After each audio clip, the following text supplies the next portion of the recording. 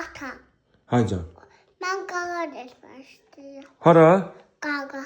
Qara? Ha. Qar harda yağıb ki? Deyik orada. Çöldə? Hani bizdə qar yağmayıb ha? Aşağıda. Deyir Qəbələdə. Qəbələ də qar topu. Hele, boşuna dönüp aparacağım. Qoy indi qar yağsın, aparacağım orada sən qartopu oyna.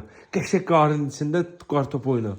Götürüb sənə bir qartopu vuracağım yanaqların belə dəyəcək yanağına. Hə. Hə, aparacağım başına dönüp aparacağım. Sən nə edirsən orada? Atam başına. Nəyi? Deyik qar topunu.